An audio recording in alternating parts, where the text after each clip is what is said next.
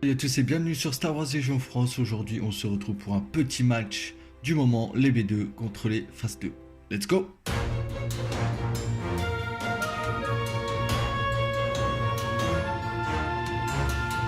Pour les départager, on va avoir quelques critères. Donc tout d'abord, il y aura la facilité de montage. Nous aurons ensuite le critère le profil et armes lourdes. Le critère du contenu de la boîte. Le critère ensuite de l'utilité dans les listes et le critère sur la beauté des figurines. Donc on va commencer par le critère de la facilité de montage car on a entendu beaucoup de choses au niveau des B1.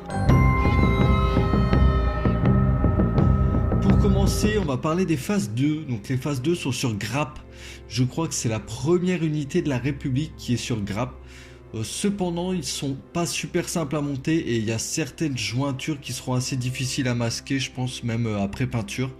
Il y a des épaulettes par exemple qui sont complètement coupées en deux à cause du montage, donc c'est un peu dommage. Pour les B2 qui sont également sur grappe, rien de plus simple par contre, c'est fini les heures à vous coller les doigts comme sur les B1. Ici, quasiment pas besoin de colle ni de grosses lignes de moulage apparentes, donc ça c'est que du bonheur. Ça s'emboîte parfaitement, presque à la limite du Easy Build, en plus beau. Vous avez juste à les emboîter, bien sûr il vous faudra de la colle pour les coller sur les socles, mais il n'y a rien de plus simple.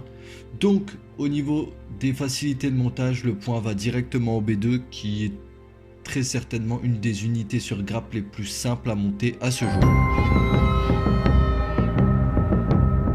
Ensuite, point numéro 2, les B2 ont 2 PV par figurine et un moral de 2. Ils sont 3 de base dans l'unité pour 48 points. Ils défendent en blanc sans aucune adrénaline. Donc, mais par contre, à ce prix-là, ils auraient quand même mérité soit celle de défense ou celle d'attaque quand même en touche.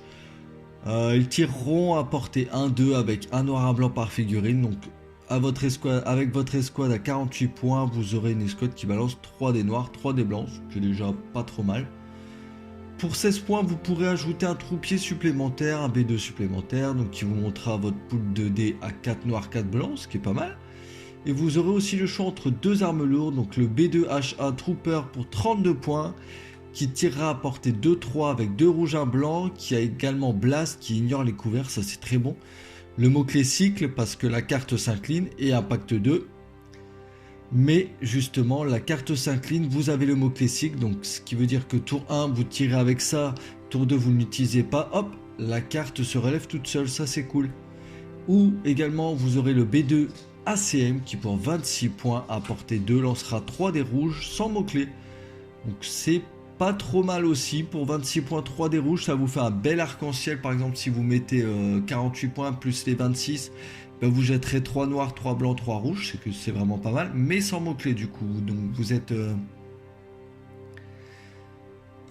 dépendant aussi du couvert lourd, ce qui est un peu dommage. Donc pour avoir testé les deux armes, mon cœur il balance encore, bien que je trouve quand même le B2 ACM, donc les 3 des rouges, a quand même ma préférence, rien que pour son coût en points en fait. On est dans une armée où on veut mettre beaucoup de choses, donc forcément un truc qui coûte moins cher c'est toujours mieux. Au niveau des phases 2, ils n'auront qu'un seul PV par figurine et un moral de 2. Mais ils seront 4 de base dans l'unité pour 60 points. Donc sans adrénaline d'aucune sorte, ils défendront en rouge, ça c'est un classique pour les clones. Et grâce à leur mot-clé fiable 1, ils pourront soit partager un pion adrénaline gratuit qu'ils généreront au début de la phase d'activation, soit en faire profiter sa propre unité pour un jet de défense qui pourrait être décisif, voire sur un jet d'attaque qui pourrait être fatal en rajoutant une touche supplémentaire. La capacité tir de soutien qu'ils ont en commun avec leur frère phase 1 reste excellente, surtout lorsqu'on y ajoute le mortier qui pour 25 points vous permettra de balancer 2 dés noirs à portée 2-4 avec le mot-clé critique 1 et suppressif, ça c'est cool. Et enfin tout ça, c'est uniquement si vous n'avez pas bougé ce tour-ci, car il a également le mot-clé encombrant. Et au-delà de ça, la figue est carrément canon, peu importe la pose que vous lui avez donnée. Vous pouvez également leur offrir un clone Trooper phase 2 supplémentaire pour 15 points, donc c'est pas très cher, c'est 1 point de moins quand même que le B2 supplémentaire. Et au cas où vous aimez balancer du dé blanc, vous aurez également la Z6 phase 2 qui est présente pour 27 points. Je préfère toujours le mortier qui est moins cher, vous jetez moins de dés, mais rien que le mot-clé critical 1 et suppressif, bah ça me fait... du coup je regarde même pas la Z6 en fait. C'est un classique et on la connaît, donc voilà. Donc ici, pour le coup, sur ce match, je donne le point aux deux. Pourquoi? Parce que c'est quasiment le même coup en point d'une unité full. Et j'ai du mal à me décider entre l'impact que peut avoir les B2, à faire leur capacité à faire des trous, ou la grande capacité de support des phases 2. Donc j'ai vraiment pas su me décider. Donc je vais donner un point à chacun des deux.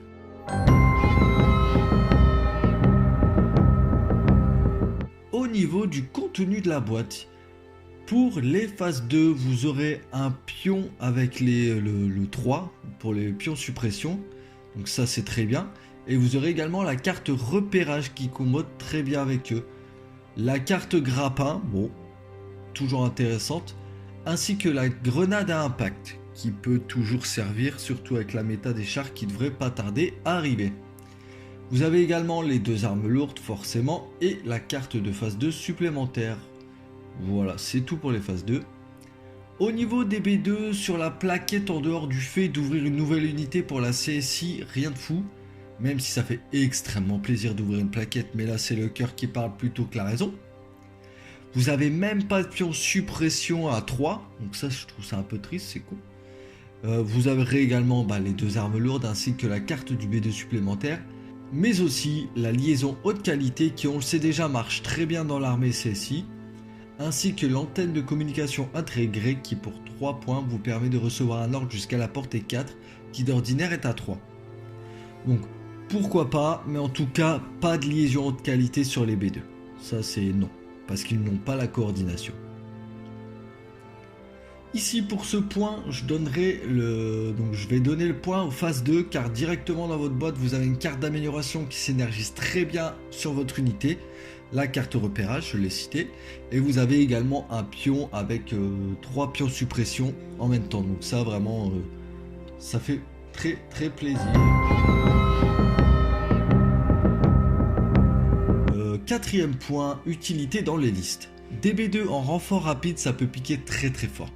Si vous êtes bien placé et dans une liste CSI qui vous permettra entre guillemets de contrôler le moment où vous allez piocher pion DB2 grâce à la coordination, vous n'aurez plus que leur pion horde dans votre pioche aléatoire.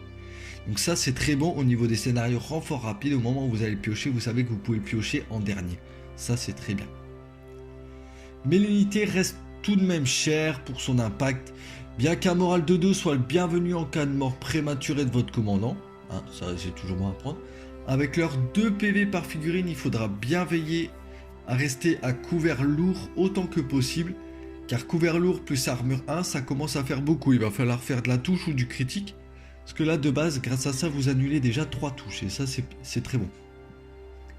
Ils offrent également un peu d'impact vent dans vos listes, avec l'impact 2 avec le impact 2 sur le B2HA, mais pour 32 points avec Blast et Cycle. Donc là par contre c'est un choix qui demande à être réfléchi.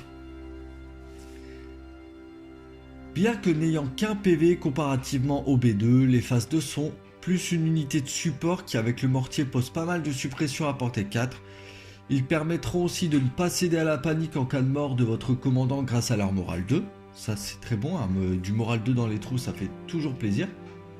Il génère également un pion adrénaline gratuitement au début de la phase d'activation, donc peu importe qui commence, si c'est votre adversaire qui commence, vous gagnez ce pion adrénaline. Donc, ce qui leur permet de ne pas prendre, par exemple, celui de tactique brutale, ou éventuellement de pouvoir partager ce pion qui peut être décisif dans leur portée 1.